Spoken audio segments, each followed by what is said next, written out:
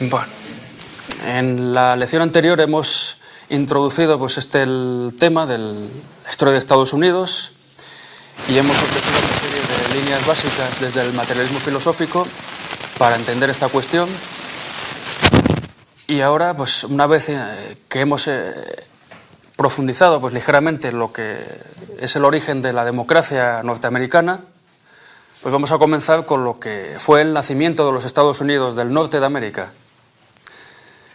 Claro, las 13 colonias que presenté de manera muy breve en la anterior lección, cuando se inició el siglo XVIII, la madre patria Inglaterra, que había permanecido un poco al margen, las había dejado en su vida más o menos independiente, se dio cuenta de que eran colonias prósperas.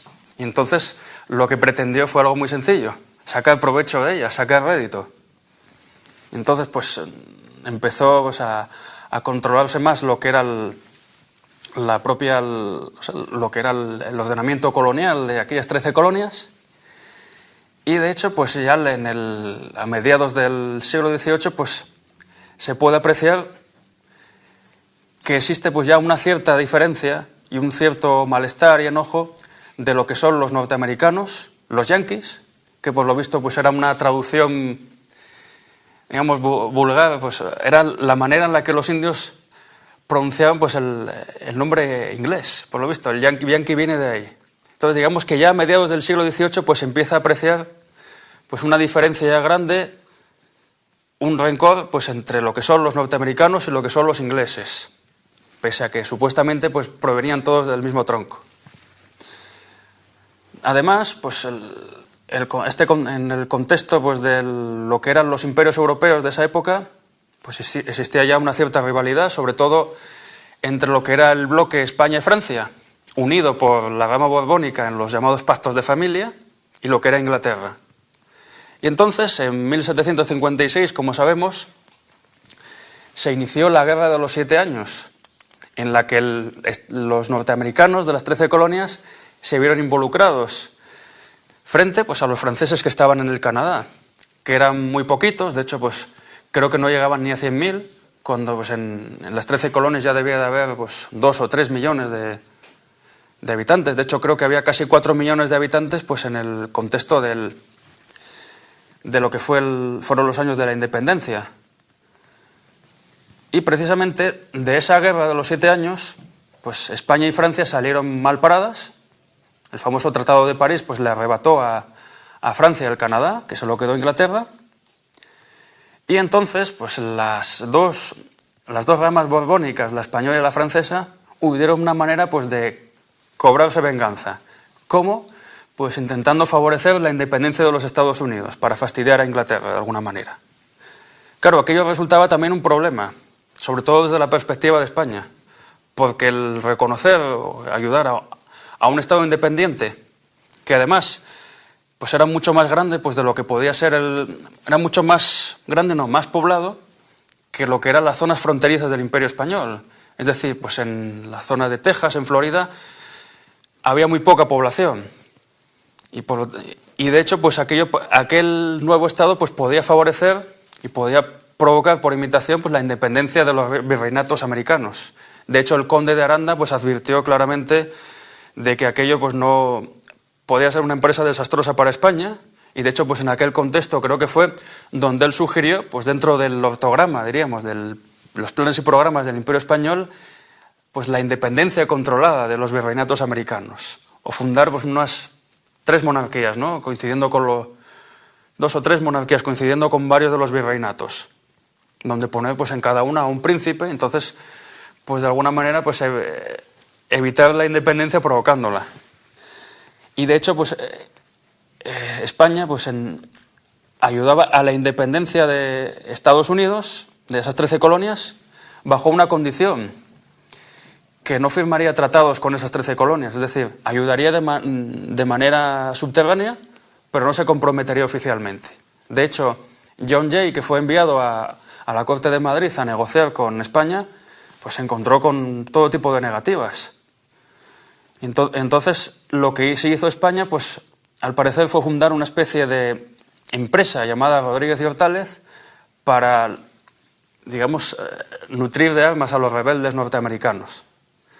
Con tan mala suerte para el que la dirigía, una persona que estaba allí, pues que los norteamericanos pensaron que aquella ayuda era gratuita y entonces este hombre nunca pudo cobrarse las deudas. De hecho, se arruinó.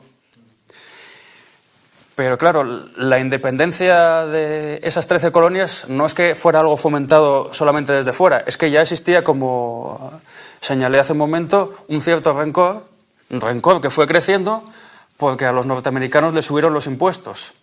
Sobre todo el estallido fue el famoso impuesto del té, que llevó al motín del té de Boston. Y entonces pues se fue preparando pues, lo que fue la independencia de los Estados Unidos, que no se hubiera logrado seguramente sin la ayuda de las potencias europeas, puesto que ya se suele decir pues, que los norteamericanos no tenían un ejército comparable al de los británicos, efectivamente, eran inferiores en ese aspecto. Entonces, pues sin ese apoyo y sin esa organización seguramente no lo hubieran logrado. De hecho, pues las potencias europeas, incluso Francia, que reconoció al nuevo Estado, se cuidaron mucho de que esos Estados Unidos pues no fueran más allá pues, de lo que eran esas 13 colonias originarias. De hecho, pues lo primero que hizo España, por ejemplo, pues fue agitar a las tribus indias que había alrededor de esas 13 colonias que se iban a constituir el nuevo Estado. Y eso sucedió con otros muchos.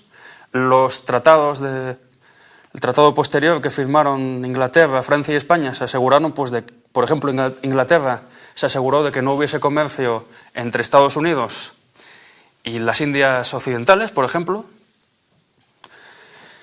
Y entonces, pues estos Estados Unidos que surgen aquí, en principio, pues son un Hércules en pañales. Es un Estado, pues ya digo, mucho más poblado, pues de lo que eran pues, los límites del Imperio Español. Y como digo, pues también pues, se temía pues, todo el desarrollo y en el fondo pues, toda la grandeza que después acumularon, como veremos a continuación. Pero ahora mismo lo que me interesa pues, es analizar un poco brevemente pues, lo que son los avatares de la democracia norteamericana en estos primeros años. No voy a hablar pues, de la guerra de la independencia norteamericana, más allá pues, de lo que he dicho. El problema de la Constitución federal pues sí fue un problema serio, aunque a mí lo que me interesa sobre todo pues, es la manera en la que se organizó pues, lo que era la democracia norteamericana, digamos, a nivel asambleario, popular, ¿no? A nivel local, y cómo se hizo compatible eso pues, con un gobierno nacional fuerte. De hecho, hubo grandes disputas, ¿no? Entre los federalistas y los unitaristas. De hecho, una fuente muy importante en la Revolución Norteamericana, más allá pues, de lo que decía Locke, ¿no? De la lucha contra el tirano, que en el fondo pues, Locke se lo sacó pues, de los jesuitas, de Suárez y de Mariana, ¿no? La resistencia contra el tirano Jorge III, claro, lo cual pues, en el fondo pues, deja muy entredicho eso de la filosofía política protestante. En el fondo pues, es una derivación católica que los protestantes copian. Pero una de las fuentes fundamentales, creo yo, de esta independencia norteamericana y sobre todo de lo que fue la Constitución de los Estados Unidos es Montesquieu y del espíritu de las leyes. Por el siguiente motivo. O sea, los norteamericanos concibieron pues, el modelo democrático o republicano pues, casi de una manera muy similar pues, a la que lo concibieron los revolucionarios franceses. Claro, decía Robespierre, democracia y república son lo mismo. ¿Por qué? Porque son el reino de la virtud. Al otro lado está el reino del vicio, que es la monarquía. Claro, esto es una simplificación pues, de lo que decía Montesquieu de los tres regímenes básicos, ¿no? El republicano, el democrático y el tiránico despótico. Entonces, las virtudes que se le atribuyen a cada uno. Es decir, a la república se le atribuye la virtud del patriotismo, a la monarquía la virtud del honor y al régimen despótico no se le atribuye virtud sino vicio, que es la del terror. Y entonces todo esto se simplifica y se dice que por un lado está la democracia, que es el reino de la virtud, y por el otro lado está la monarquía, el reino del vicio. Y entonces desde esta perspectiva los revolucionarios norteamericanos operaron, en el fondo.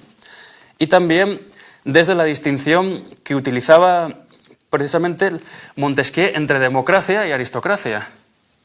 Porque decía Montesquieu, claro, el método del sorteo, decía, es el democrático, claro, que es en el fondo lo que pasaba pues en la democracia ateniense. Es decir, la democracia ateniense y luego pues en otros modelos democráticos posteriores se desarrollaban en ciudades y además muy pequeñas. Entonces aquello funcionaba por sorteo entre ciudadanos pues que se conocían mucho entre sí, pero a un nivel pues de un Estado nacional pues no se podía mantener un sistema democrático así de sorteo. Tenía que ser un sistema electivo.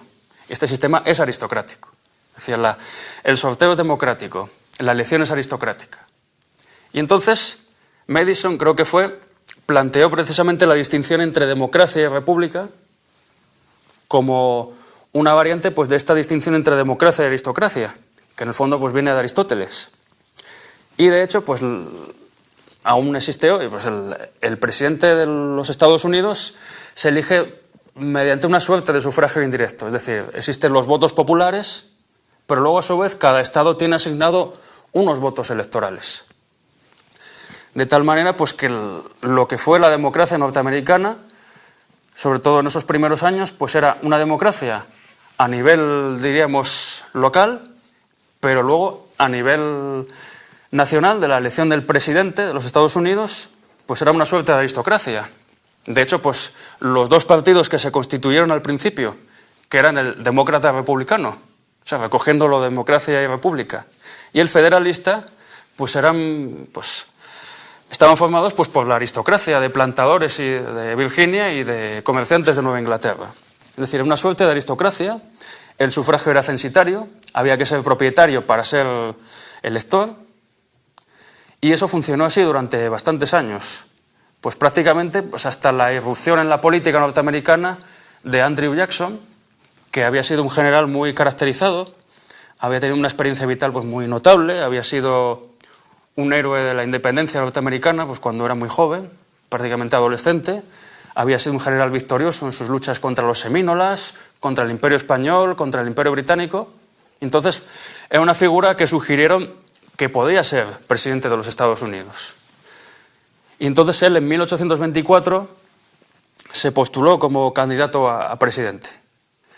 Ganó, pero no por la mayoría suficiente, y entonces pues, el sistema aristocrático, pues, digamos que cuando no había mayoría suficiente, pues tenían que elegirse pues, entre los miembros del Parlamento.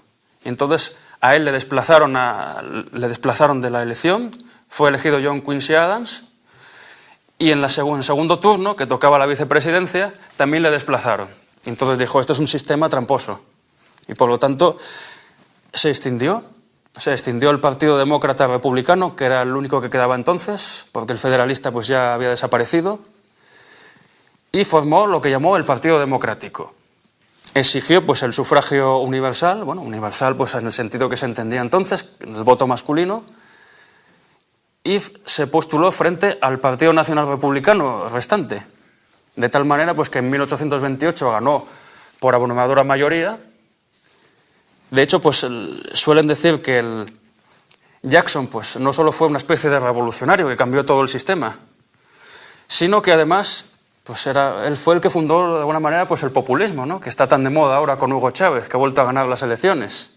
Aunque bueno, las comparaciones son odiosas. Realmente Jackson era un general populista muy victorioso y Chávez pues, ha ganado elecciones pero no ha ganado batallas ni guerras como Jackson.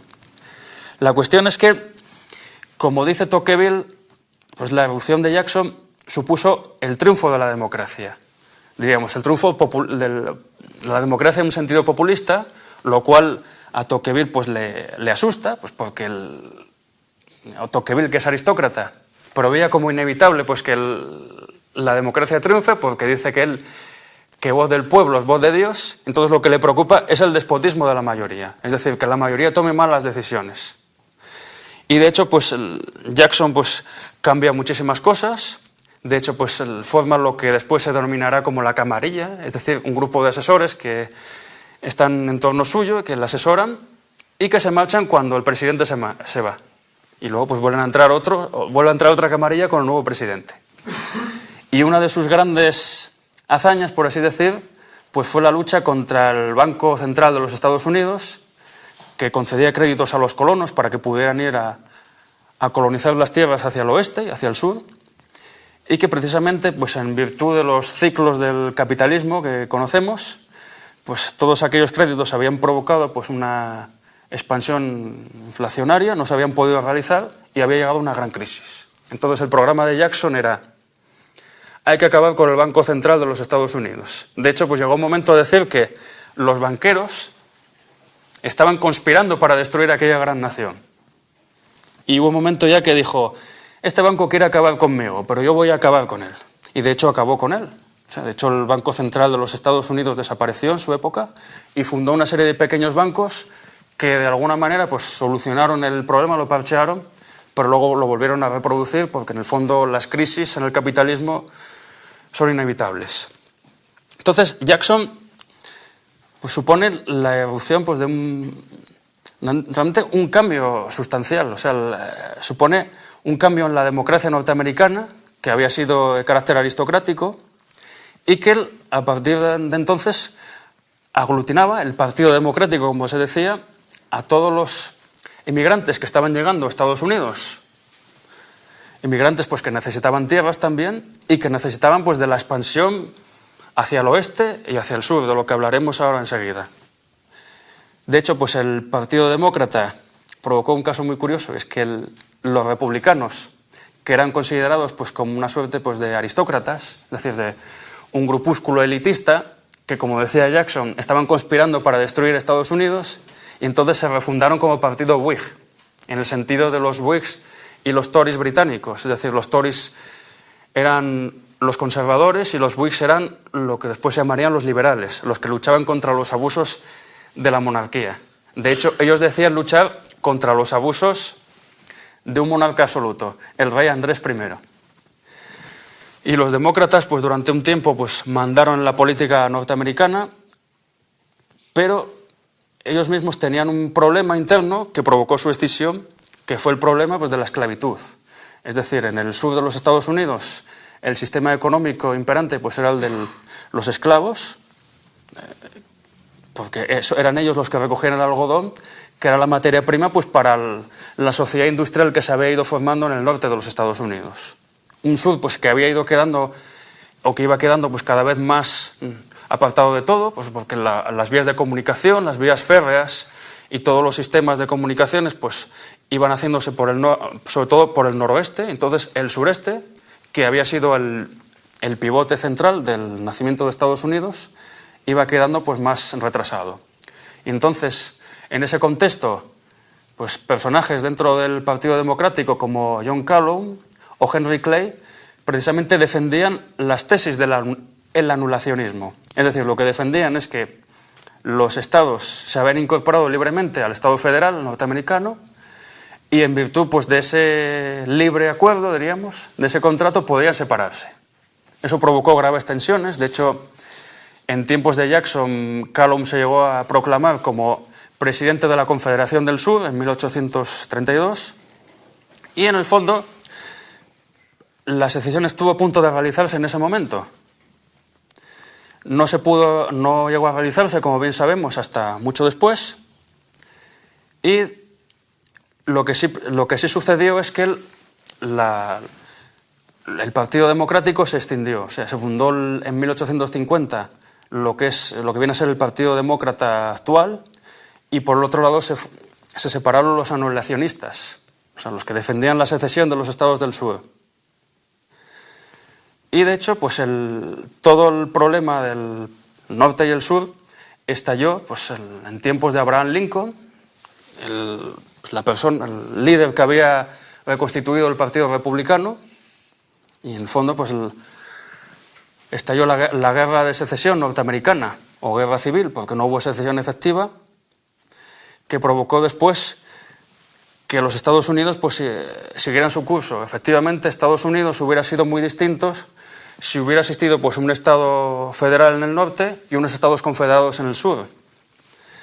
Y en el fondo pues, la democracia norteamericana pues, vivió pues, unos años peligrosos, aunque en el fondo lo que fue la estructura la expansión de Estados Unidos hacia el oeste pues, tampoco se había resentida por la guerra de secesión, por lo que parece. Pero digamos que esta cuestión pues, de los avatares de la democracia norteamericana no pueden entenderse, a mi juicio, pues, sin una cuestión fundamental. Y es que Estados Unidos, como nación, nació con vocación imperialista. De hecho, pues ya los primeros colonos ingleses que llegaron a lo que luego fue Estados Unidos, pues tenían vocación de ir más allá de la frontera. De hecho, pues Paul Johnson cuenta que muchos de estos colonos tenían en el fondo pues, la prólesis de la ocupación de Irlanda, ya desde el siglo XII, porque Irlanda, como sabemos, pues fue siempre el objeto de deseo de Inglaterra.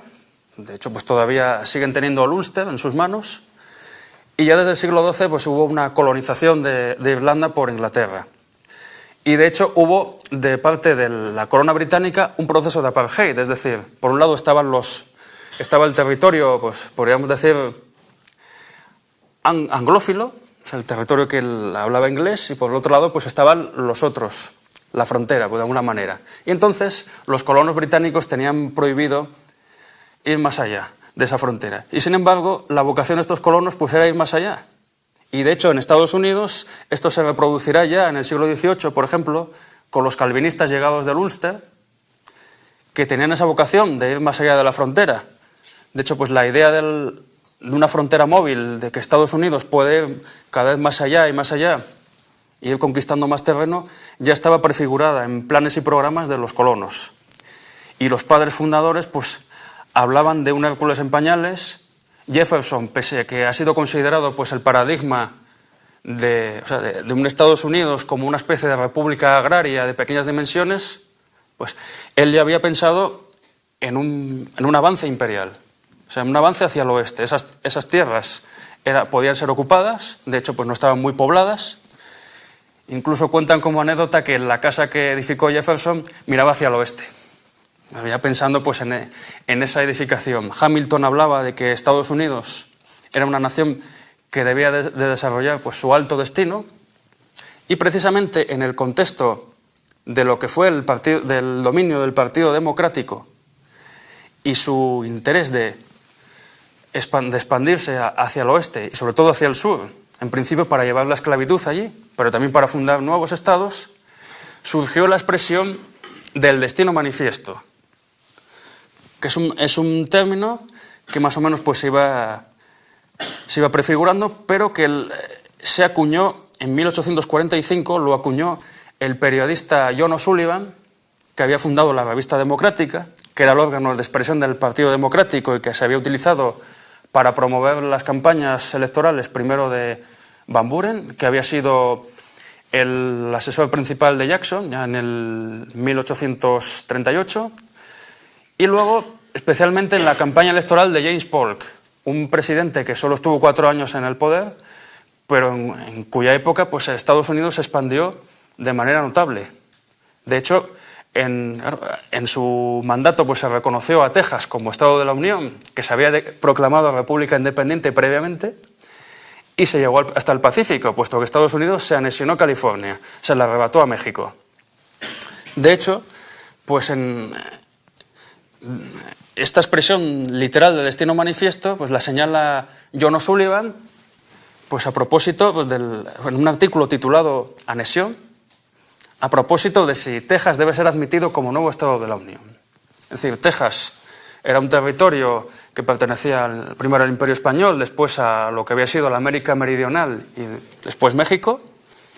Ya desde los años en los que se forjó la independencia definitiva, James Austin había logrado una concesión de España para llevar colonos a esa zona que estaba muy despoblada, y ya en la década de 1830 los colonos norteamericanos que se habían instalado allí empezaron a quejarse de dos cosas.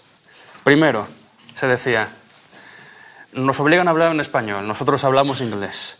Y segunda, ven con malos ojos que nosotros tengamos esclavos, porque dicen que en México ya se ha extinguido la esclavitud.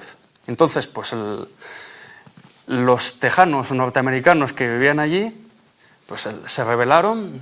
Tuvo lugar el famoso episodio del Álamo, ¿no? Donde el general Santa Anna acabó con David Crockett y otros que se habían atrincherado allí. y entonces aquello fue una excusa para que luego el general Sam Houston contraatacase, le arrebatase el territorio a los mexicanos y en 1838 fundase la República Independiente de Texas. Y entonces John O'Sullivan, en 1845, en este artículo que señaló, pues se plantea, claro, ¿es lícito que se acepte a Texas como Estado de la Unión?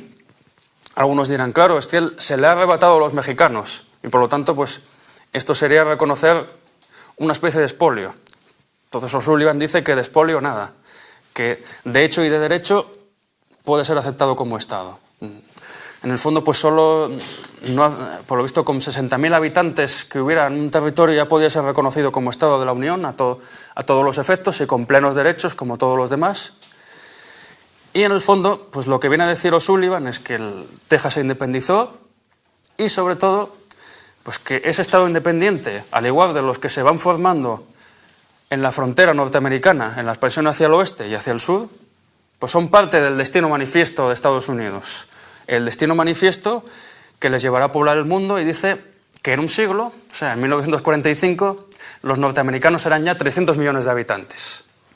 Fue casi profético. Pero ya antes de elaborar lo que fue la doctrina del destino manifiesto, pues de alguna manera lo sugirió en un artículo suyo de 1839, también en la revista Democrática, que se titula La gran nación de los tiempos venideros. Entonces aquí aparecen una serie de tópicos de lo que será el destino manifiesto. Entonces dice así: el pueblo americano proviene de otras muchas naciones y la Declaración de Independencia Nacional se basó por completo en el gran principio de la igualdad humana. Estos hechos demuestran la posición que no tiene parangón respecto a cualquier otra nación. Poco nos relaciona con la historia pasada de cualquiera de esas naciones, y aún menos con la antigüedad, sus glorias o sus crímenes. Al contrario, nuestro nacimiento nacional fue el comienzo de una nueva historia, la formación y progreso de un sistema político nunca antes ensayado, que nos separó del pasado y nos conectó solo con el futuro. Dice, así está destinado, porque el principio sobre el que una nación se organiza fija su destino. Y este principio de la igualdad es perfecto, es universal. Entonces dice, los axiomas de la moralidad, los cuales definen con exactitud el deber del hombre para con el hombre y en consecuencia los derechos del hombre en tanto que hombre. Dice, y los anales de cada nación proporcionan una evidencia abundante acerca de que su felicidad, su grandeza, su duración fueron siempre proporcionadas a la igualdad democrática en su sistema de gobierno. Dice, ¿qué amigo de la libertad humana, la civilización y la finura puede proyectar su visión sobre la historia pasada de las monarquías y la aristocracia de la antigüedad y no deplorar que hayan existido? ¿Qué filántropo puede contemplar las opresiones y las crueldades, las injusticias infligidas por ellas sobre las masas de la humanidad y no contemplarlo retrospectivamente con horror? Sigue, América está destinada para mejores hechos.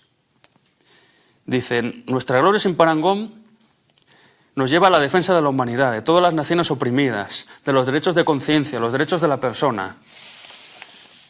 Dice, estamos entrando en un espacio inexplorable.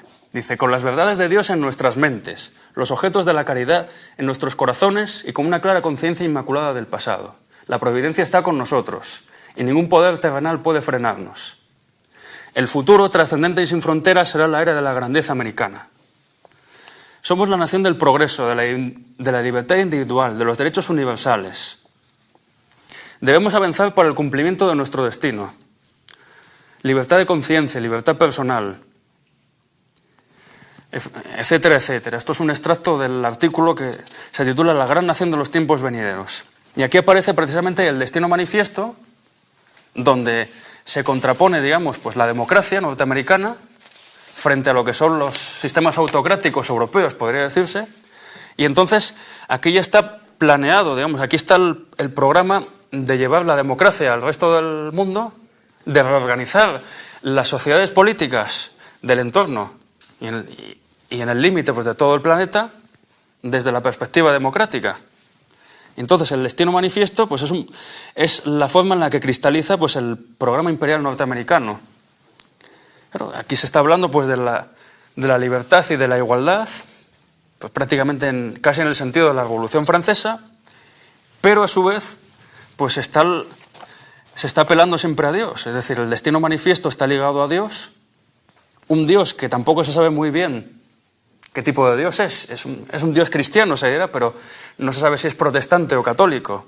De hecho, en la Declaración de Independencia norteamericana, una situación muy curiosa es que la única mención a la religión, o mejor dicho a Dios, es que se invoca a Dios Todopoderoso, pero luego no hay más referencias. La primera enmienda constitucional de 1789 pues habla del proteger la religión, o sea, de fomentar el uso libre de la religión, pero no se dice qué religión tampoco.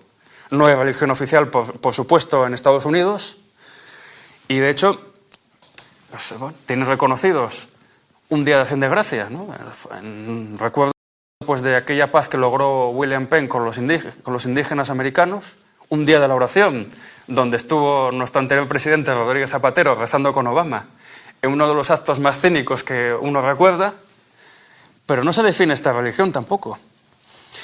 De hecho, se ha llegado a decir que en el famoso símbolo de los billetes de $1, que se remonta al año 1782, pues que ese Dios, en el fondo, es el arquitecto supremo de la masonería, ¿no? Lo cual podría ser verdad pues, en el sentido pues, de que las fuentes comunes de los padres fundadores pues, serían las de la Ilustración, podría decirse, o las de pues, ciertos elementos comunes cristianos, que es lo que destaca Tocqueville.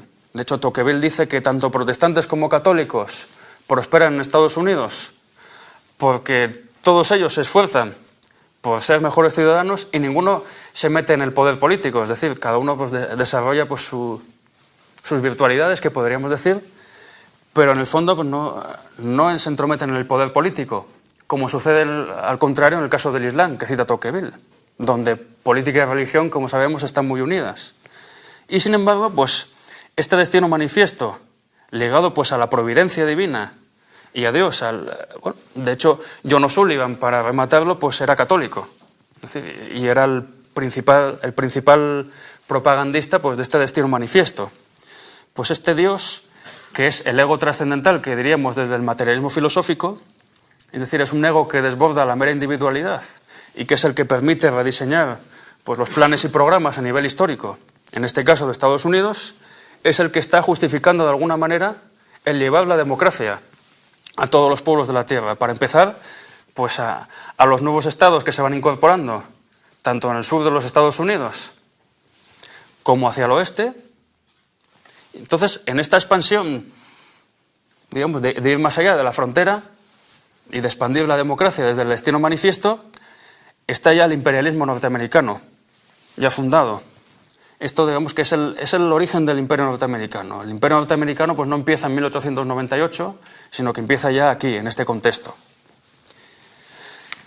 De hecho, pues la perspectiva de ir más allá de la frontera pues, fue algo muy analizado, como ha citado Miguel Ángel Navarro Crego, pues, cuando se llegó al Pacífico. Es decir, una vez que el destino manifiesto, digamos que se cumplió hasta cierta medida, pues cuando se tocó totalmente el Pacífico y toda la costa del Pacífico, pues hasta Oregón, en el norte, pues ya cerca del Canadá, pues fue colonizada, pues historiadores como Frederick Jackson Turner, en aquella época pues empezaron a sugerir pues, que la propia idea de frontera ligada pues, a este destino manifiesto era la que había alimentado y la que había permitido aglutinar a masas tan diversas, es decir, pues los pueblos de otras muchas naciones, como dice O'Sullivan, es decir, la figura dialéctica de la catábasis, es decir, de muchos a uno, y lo que permitió, pues, de alguna manera, asimilar pues, una inmigración en aluvión que fue realmente considerable, porque Estados Unidos creció en población pues, de los 4 millones que había a finales del siglo XVIII, pues ya había 13 millones en la década de 1830, en tiempos de Jackson. Después, pues en la época de la Guerra de Secesión, pues ya había 40 millones casi. En 1880, 50 millones. Y en 1914, antes de empezar la Primera Guerra Mundial, Estados Unidos había llegado a los 100 millones de habitantes. Pues claro, esa inmigración masiva pues es que es imposible de asimilar si no existen unos planes previos, una prefiguración de ese espacio norteamericano que se quiere colonizar, con los créditos que concede el Banco Central de los Estados Unidos a los colonos, un espacio ya perfectamente parcelado y que se va literalmente conquistando. y que se va poblando pues, de nuevas ciudades y de nuevos estados de la Unión. Y por lo tanto, ahí está realmente pues, la norma del Imperio norteamericano, que es una norma generadora pues, porque quiere llevar ese sistema democrático, entendido como el más perfecto desde esta idea de la providencia, a todos los demás pueblos de la tierra. Y ahí está ese proyecto. Proyecto pues, que de alguna manera se acaba relacionando con lo que se ha denominado como doctrina Monroe. Término muy conocido, se cita muchas veces, se habla del monroeísmo, en el contexto pues, de América para los americanos, que se suele decir, pero que tiene una génesis y un desenvolvimiento pues, muy peculiares. Pues, de hecho, pues, el origen de la doctrina Monroe se sitúa pues, en 1823, cuando el presidente norteamericano James Monroe pues, proclama ante el Congreso norteamericano pues, 3 puntos fundamentales, a saber, la colonización del continente americano ha concluido. Los europeos, el segundo punto, no deben inmiscuirse en asuntos americanos, y tampoco los americanos en asuntos europeos. Y el tercero, pues que las fronteras en América deben de quedar como están, y tampoco deben ser traspasadas las colonias que aún quedan de países europeos en América a otros estados. O sea, viene a resumirse en que todo quede como está.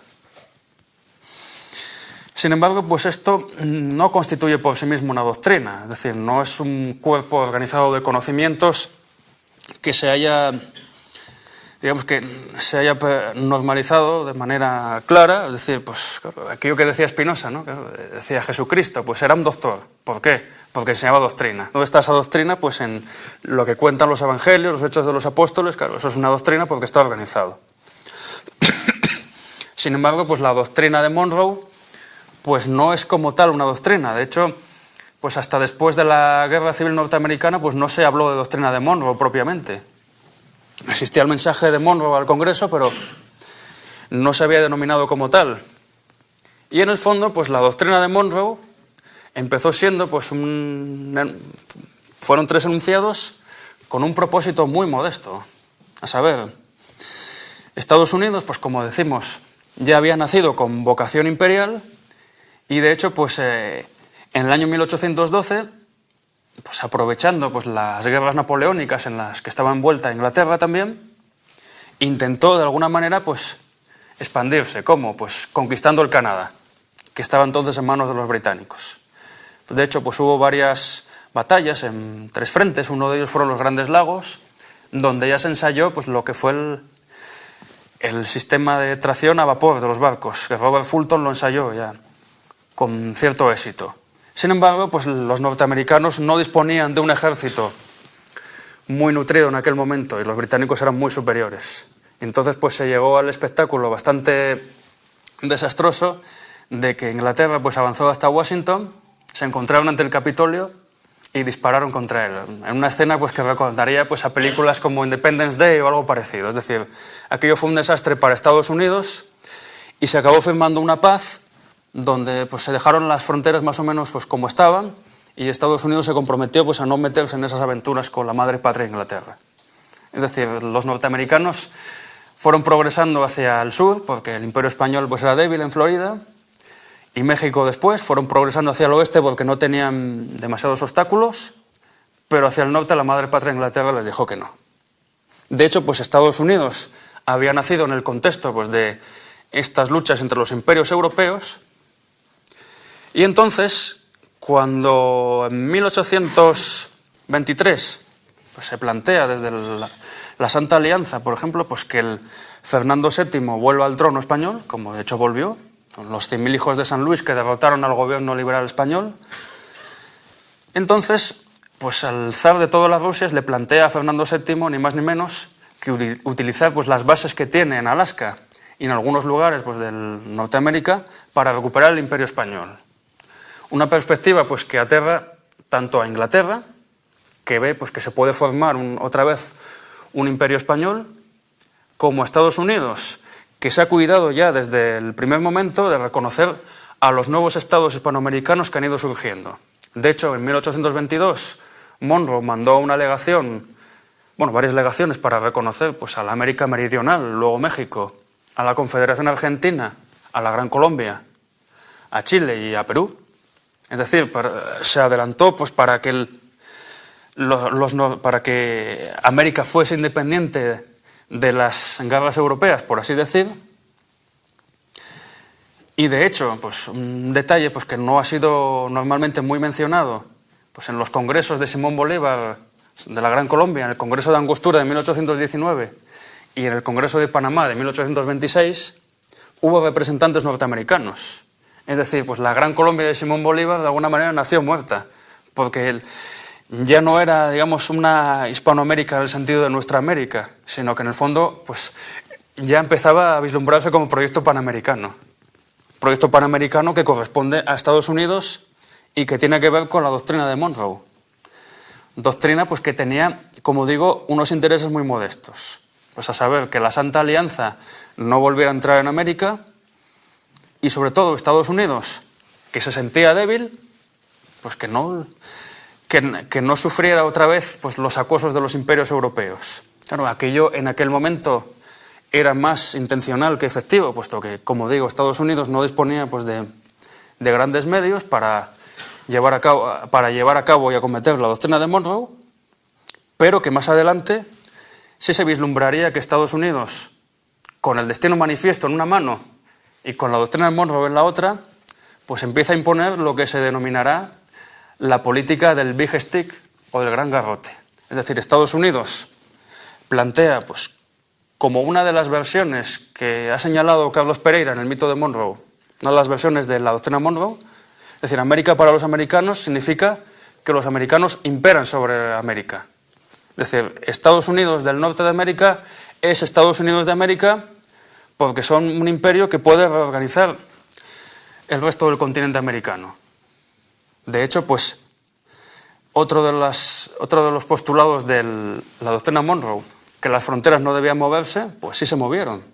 De hecho, pues el canal de Panamá, que se construyó, pues acabó construyéndose en 1914, pues fue un proyecto que los norteamericanos fueron incubando, primero con un acuerdo con Nueva Granada, después Colombia, a mediados del siglo XIX, donde podían edificar un ferrocarril del que ellos sacarían el rédito y ellos controlarían las comunicaciones en el Istmo de Panamá. Y después de que el proyecto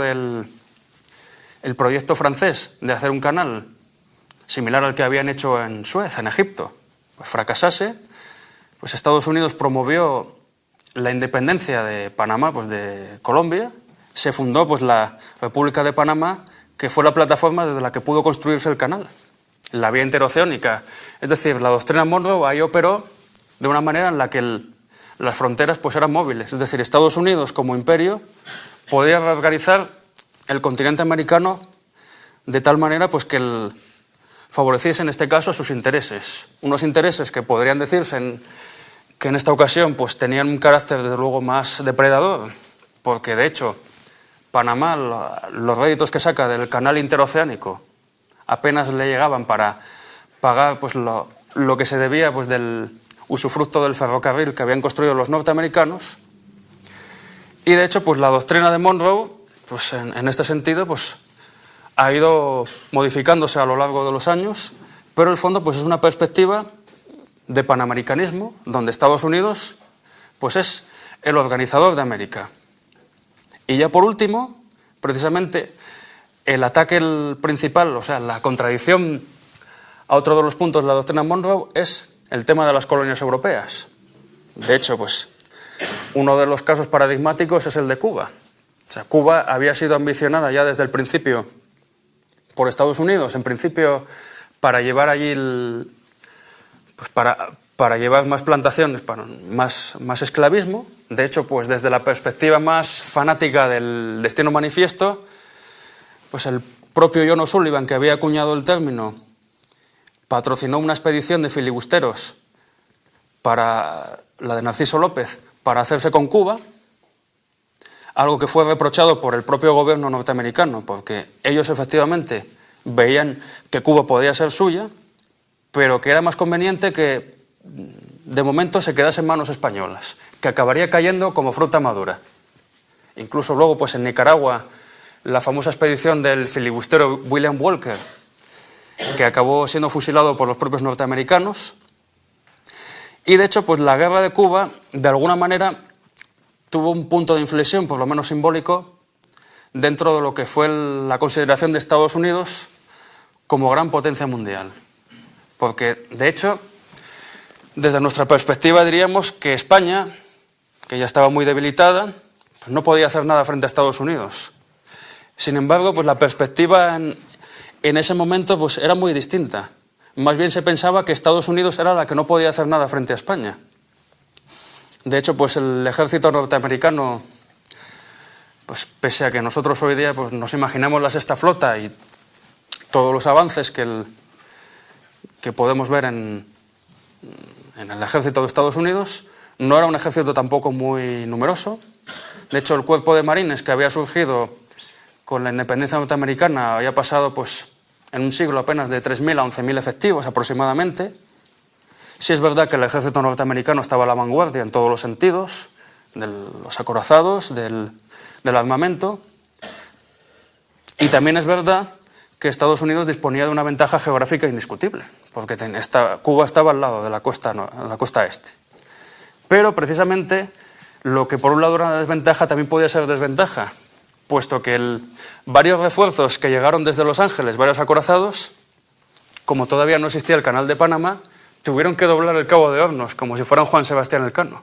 O sea que la ventaja norteamericana pues no era tan grande como se podía suponer. De hecho, que España perdiera Cuba pues en unos pocos meses obedeció más pues a problemas de moral, de que en España se veía como una guerra inútil.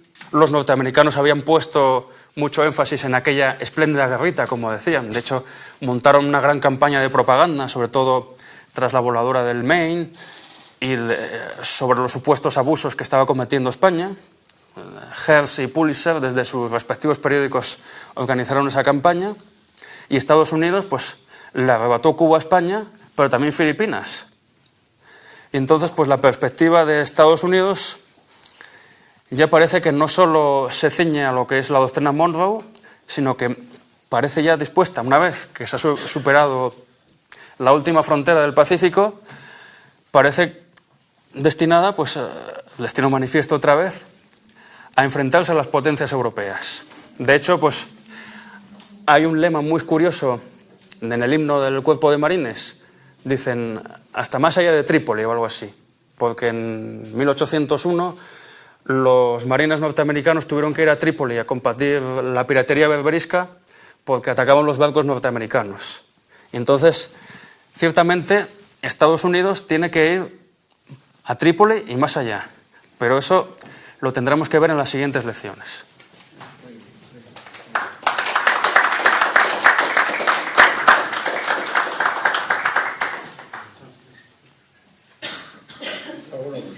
Felicitarme por la exposición, que ha sido tan amena y tan... con noticias tan nuevas y tan interesantes, ¿no? Yo quería simplemente escuchar su opinión de una cuestión que está hoy mismo he oído yo con motivo de las elecciones americanas. Las correspondencias que se hacen continuamente, a ver cómo ve usted esto y cuál es su génesis o su estructura, ¿verdad? La correspondencia famosa entre los demócratas y la izquierda europea y los republicanos y la derecha. Es decir, ¿qué alcance tiene esta correspondencia que se utiliza constantemente, ¿no? Que juega enteramente hoy día entre los políticos, ¿verdad? No, y sobre todo entre los periodistas. Bueno, es que tenemos un grupo de periodistas pues que realmente sabrán mucho del día a día de España, pero es que de Estados Unidos prácticamente no saben nada. Porque precisamente es que en esa escisión entre demócratas y republicanos, es que los halcones que los periodistas asociarían con la derecha eran los demócratas. Claro, porque les interesaba expandirse, porque ellos aglutinaban pues al pueblo llano, por así decir, a los inmigrantes que llegaban en aluvión a Estados Unidos y que necesitaban tierra, y también la expansión de la esclavitud. De hecho, pues los halcones, Calhoun, Clay, Jackson, Van Buren, pues Buchanan, de hecho, pues toda la dinastía del Partido Democrático que duró pues hasta prácticamente la Guerra de Secesión, pues eran todos halcones imperialistas. O sea, los halcones que hoy día serían los republicanos, en aquella época eran los demócratas, por una necesidad objetiva. Claro, también los otros pues tenían una idea imperialista. De hecho, pues la idea del destino manifiesto pues estaba también también prendió en los republicanos. Lincoln aludía también al destino manifiesto, hablando de la expansión hacia el oeste. Pero es que es al revés de lo que hoy se considera. Y eso suponiendo que realmente pues sea así todavía hoy, puesto que no debemos olvidar que Bill Clinton, demócrata, pues fue el que mandó a las tropas norteamericanas a combatir en Kosovo, el que realizaba bombardeos periódicos sobre Irak para ablandar a Saddam Hussein, y de hecho pues Barack Obama pues se ha felicitado por haber acabado con Bin Laden. Claro, lo que pasa es que lo de Barack Obama también sería como para estudiar. ¿Qué pensarían Calhoun, Jackson, Clay, todo el coro del destino manifiesto del Partido Democrático de aquella época? Que un presidente de los Estados Unidos, demócrata, pues tenga unas raíces precisamente en aquellos a los que esclavizaban. Claro, ¿qué pensarían de que un hombre pues de orígenes parcialmente africanos, negros, esté de presidente de los Estados Unidos? ¿Qué pensarían? Claro, eso sí que sería un experimento mental y no cualquier otra cosa. Y luego esa contraposición que se hace y que se ve constantemente cuando aparecen los candidatos republicanos que van apareciendo, o sea, las primarias republicanas, siempre se dice, este candidato es antidarwinista, es un conservador, es un hombre muy religioso, un fanático. Claro, pero es que luego Obama va a rezar en el Día Nacional de la Oración. Entonces, ¿qué diferencias hay? En el fondo, son otras diferencias históricas. Es otra tradición muy distinta. Claro, es una tradición, en principio, de carácter clásico, porque la democracia norteamericana pues empieza siendo una democracia con esclavos y, además, de cuño aristocrático. Entonces, pues son unas distinciones, en el fondo, trazadas desde fuera, que no se corresponden con la realidad norteamericana para nada. ¿Quiere usted? Vamos a ver, yo tengo que felicitar a José Manuel. Bueno, vamos, qué espléndida 2 clases nos ha dado, madre mía. Y entonces quería hacerte algunas preguntas, en realidad, ¿no? Para que sigas ilustrándonos, ¿verdad? Desde luego me ha encantado la manera que has tenido de presentar la génesis de los Estados Unidos, recurriendo en primer lugar, por supuesto, a la dialéctica de los estados y la guerra por medio, y luego te has ido, por supuesto, a la dialéctica de los partidos, la génesis de los partidos. Esa cosa, ese apartado me parece extraordinario, ¿no? Y precisamente en esa dialéctica de los estados, pues ha sido la guerra de los 7 años, que es la otra parte de la guerra de la pragmática sanción, donde ahí se ve claramente que lo importante son los intereses de cada estado. Es decir, que Inglaterra en la pragmática sanción apoyaba a Austria, y sin embargo, como vio que Prusia tenía mejor armamento, claro, después del rey Sargento, pues claro, de la alianza con Prusia, incluso esa alianza se prolongó, como es sabido, pues hasta la batalla de Waterloo, es decir, hasta las guerras napoleónicas, ¿no? Bueno, en este contexto al que nos has llevado, por supuesto, de la dialéctica de los estados, pues yo querría, preguntarte, por si lo has explorado o lo has investigado, y si no tampoco pasaría nada, ¿no?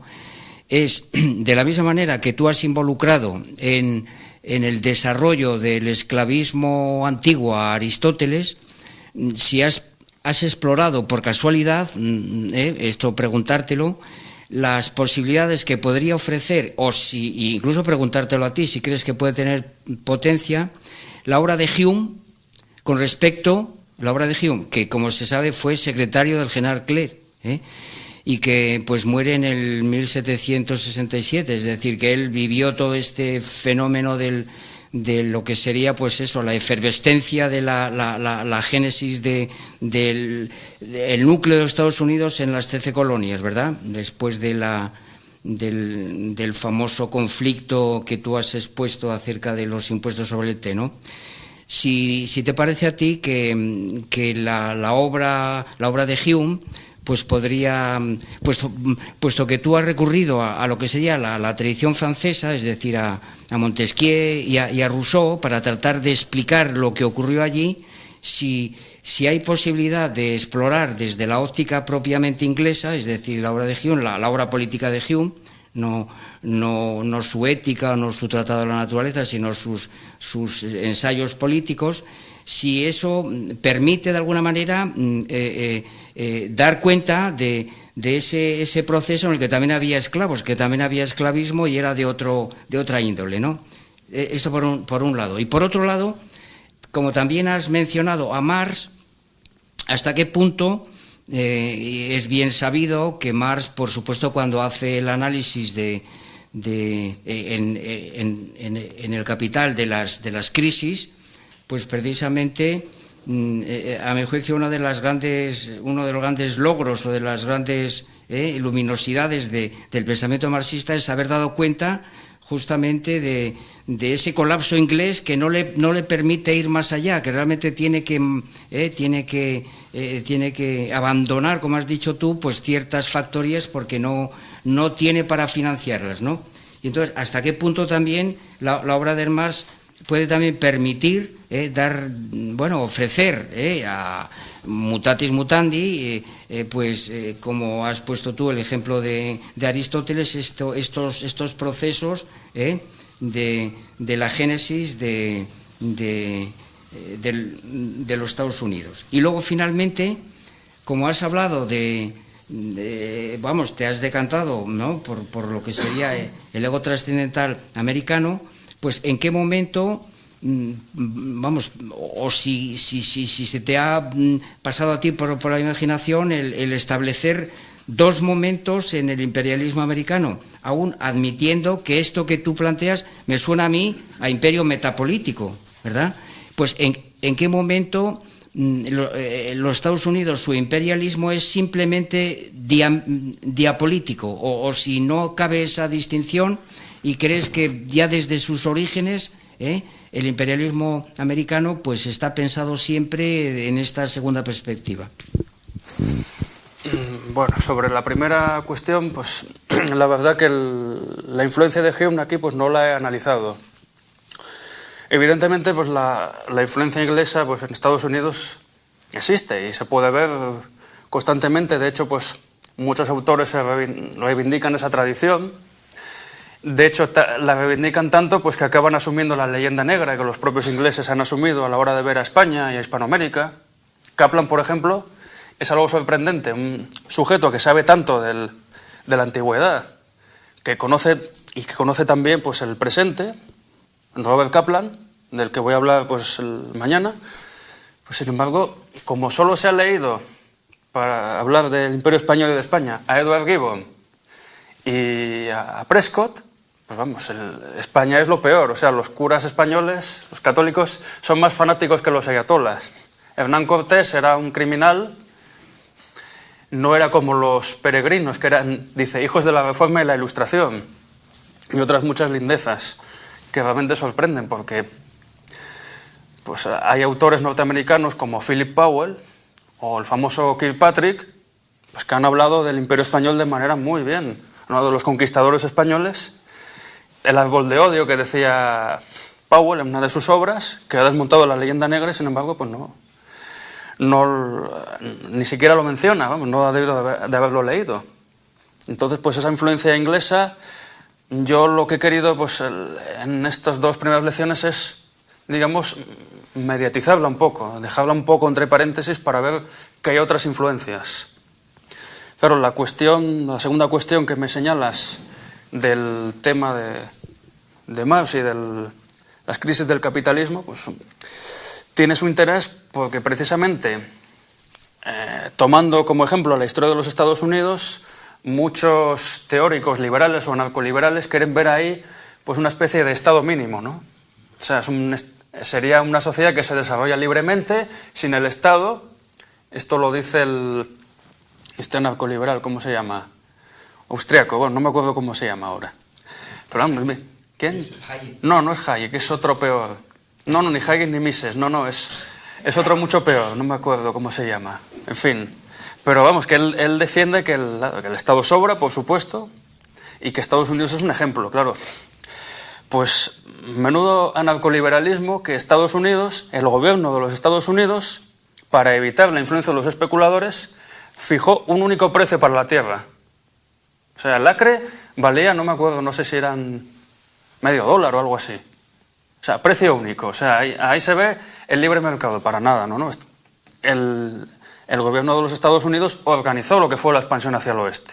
No fue una expansión azarosa, parceló todo. Y entonces ahí el Estado influye, por supuesto. De hecho, pues ya se verá después que la famosa crisis del 29, que es otra crisis importante del capitalismo, pues de ella solo se salió con el Estado, con el New Deal.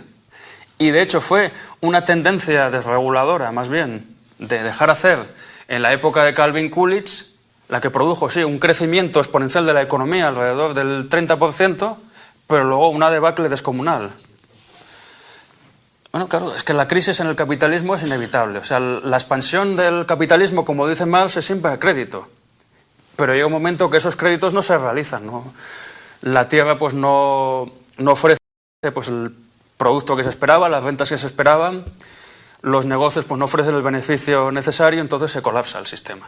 Entonces, claro, la irrupción de Jackson, pues en cierto modo fue una revolución, atacando a los banqueros e iniciando pues un género conspiracionista que será muy habitual en Estados Unidos, pero claro, el problema se resolvió a medias porque no se puede resolver.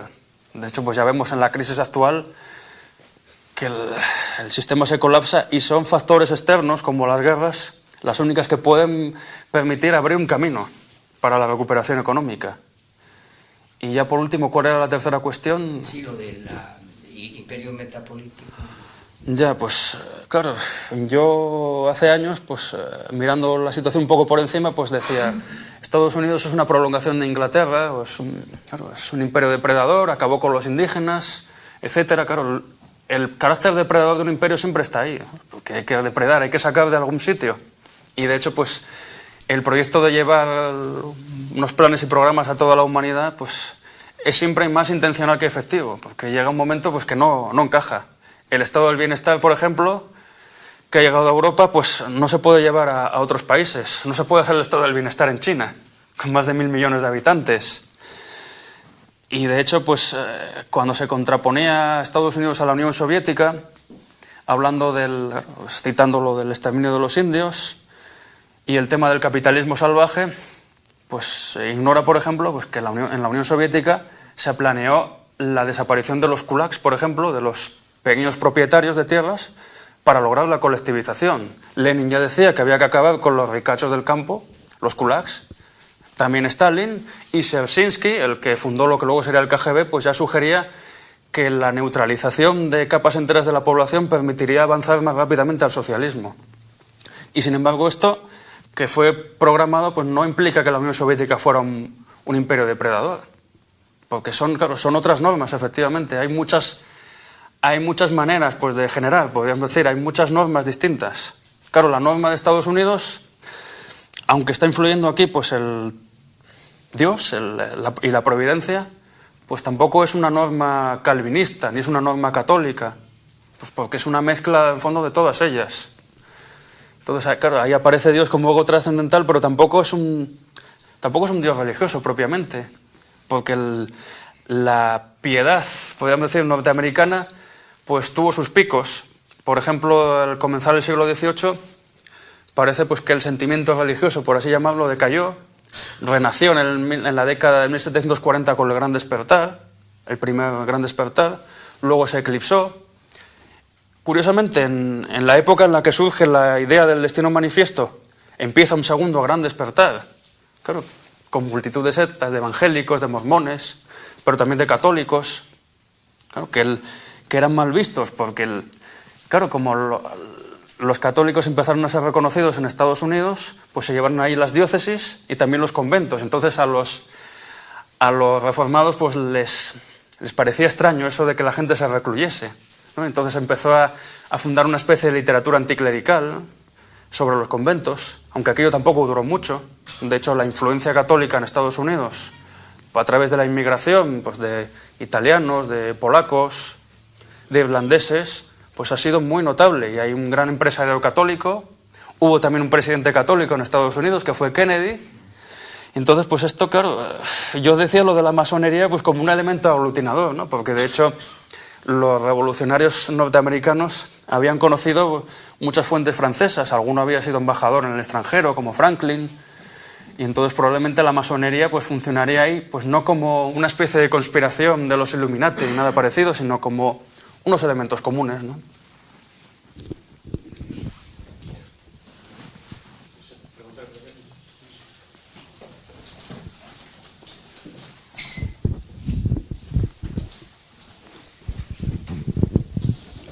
¿Se oye bien? Sí. Bueno, nada, en primer lugar, felicitarte como el resto del público por la magnífica exposición.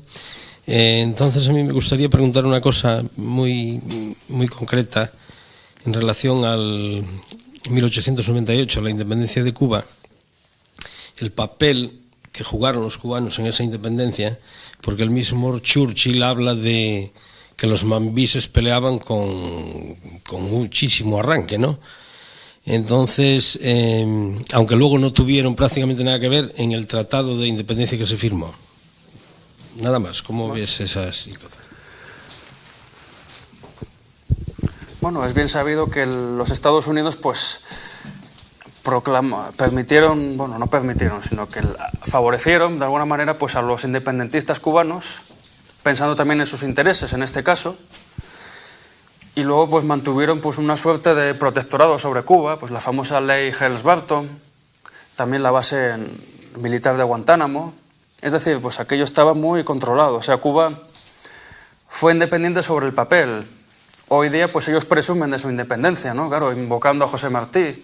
Claro, en Cuba habrán sido marxistas en algún momento, seguramente ya no lo son, ahora puede que sean prochinos, pero siempre han sido martianos. Pero es que en el fondo pues Cuba, primer territorio libre de América, pues ha vivido una dialéctica muy peculiar de imperios. Ahora, no podría responderte ahora mismo sobre detalles concretos de la guerra de Cuba. Claro, ahí el papel de Estados Unidos pues sin duda fue el fundamental para lo que sucedió ahí, también en Filipinas. Que bueno, no lo mencioné ahora al final de mi exposición, pero Filipinas pues también será una suerte de protectorado de Estados Unidos pues hasta su independencia en 1946. Y sufrirá aquello numerosos avatares. Y bueno, pues lamento no poderte responder de manera más precisa. Yo creo que está respondido. Fue fundamental el papel de Estados Unidos. Sí, mi pregunta era sobre la idea de libertad desde el materialismo filosófico y cómo la traducción al inglés de freedom o liberty y como mensaje sobre todo que tiene Estados Unidos para la humanidad, ¿no? Y para los pueblos, como si fuera una especie de nación liberadora de ciertos pueblos que se autoproclama después de ciertos procesos políticos que hubo en América, sobre todo siglo XX, ¿no? Y antiguamente, cuando tenía la presión europea, ¿cómo se aplicaría esta idea de libertad entendida por los propios americanos y desde el materialismo filosófico? Hombre, pues la libertad, como la han ido invocando muchos presidentes norteamericanos, pues es, diríamos, una libertad negativa, libertad de, o sea, ausencia de trabas, ¿no? En el sentido de que tú eres libre de hacer pues lo que se te antoje, pues diríamos, siempre que no interfieras en la libertad de los demás. De hecho, Roosevelt, en un discurso suyo, pues en la época de la Segunda Guerra Mundial, habló de las 4 libertades. O sea, libertad de expresar, o sea, la libertad de expresión, libertad para mantener las creencias religiosas que uno considere, libertad respecto a la necesidad y libertad respecto al temor. Claro, son libertades negativas, de alguna manera. Y probablemente este sea uno de los límites de esa idea de libertad que se maneja desde la perspectiva norteamericana. Límites pues que están influyendo en la propia idea de democracia. Es decir, la libertad pues no te sirve de nada sin libertad para. O sea, no te sirve de nada la libertad de expresión si no tienes libertad para expresarse, pues para expresarte disponiendo pues de un medio de comunicación o de un periódico. Entonces, seguramente esta idea de libertad es uno de los elementos pues más viciados dentro del ortograma imperial norteamericano. Pero eso ya lo veremos en las siguientes lecciones.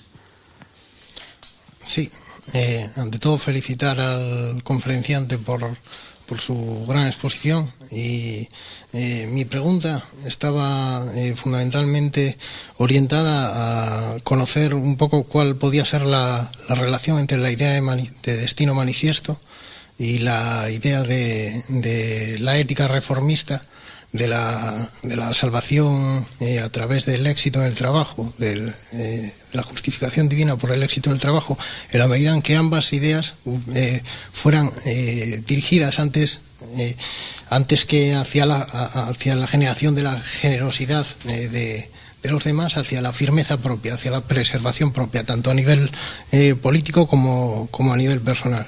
Un poco ver si esta relación... Yo pienso que esa es una idea muy importante. Yo creo que está muy ligada a este aspecto.